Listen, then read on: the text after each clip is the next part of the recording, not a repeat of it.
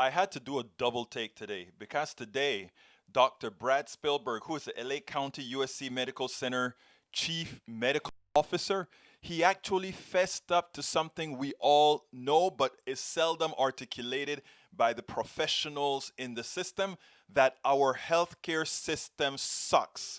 And COVID is exposing much more of it in a larger form, but it has to be acknowledged, and we have to start making that necessary transition. We have to start letting folks know that unless we stop plantation type healthcare, or rather, plantation type healthcare was likely better because everybody was served, at least. Not necessarily the best, but served.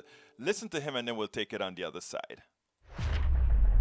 I want to bring in now the Chief Medical Officer at the LA County USC Medical Center, Dr. Brad Spellberg. As we've been following the situation in your state, it is so incredibly troubling to hear the numbers ballooning every single day, and it's not stopping. It just keeps going up, especially with the Christmas holiday. Thinking about the situation in the hospitals specifically, your ICU is full at this point. Well, our ICU has been full for going on 3 weeks. And every day we come in the door in the morning and desperately try to figure out where to move patients to free up beds, because there's people now in the ED who need ICU care and we don't have beds for them. And that's a daily battle that we're going through. And as you've indicated correctly, that battle is getting harder and harder each day.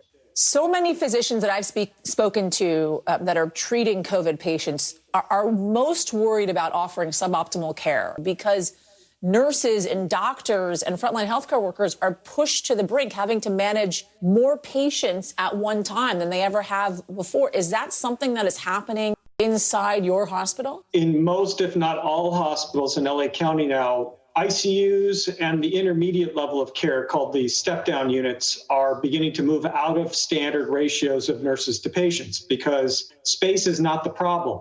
The problem is trained staff.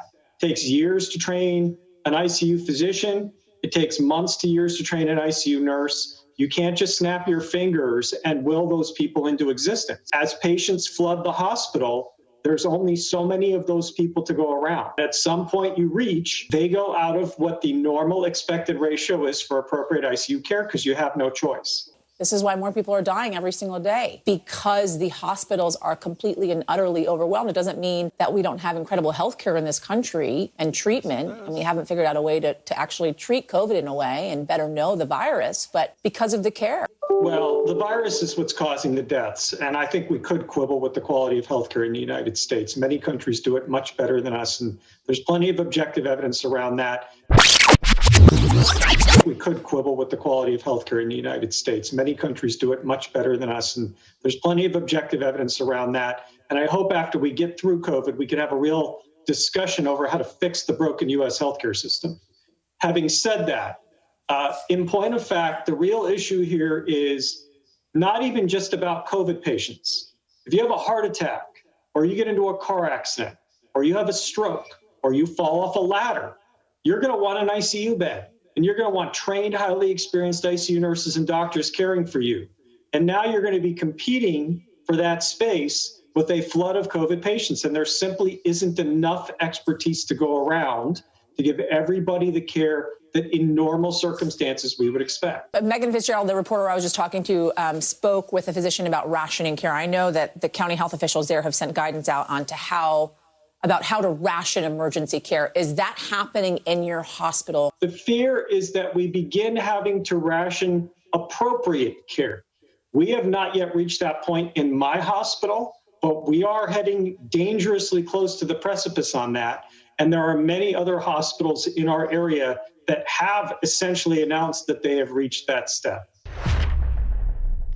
It is important for you to understand the concepts that this guy put out there. First, where he took the direct aim at other countries do it better. But there's another thing there, rationing. We talk everything that the private insurance companies, the private medical system has said.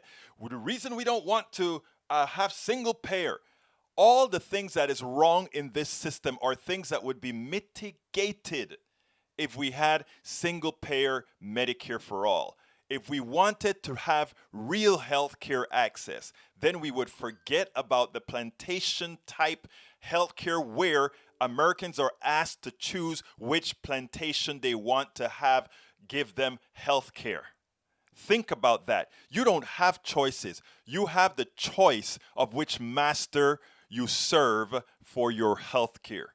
Once we put it in those terms, we'll understand the real genesis of the problem of our healthcare system, an evil and immoral system absent a single-payer Medicare for all system. We spend a lot of time deconstructing the news, trying to parse it into a form that everybody can understand. We try to find those little nitpicks where it flies above the fray, etc.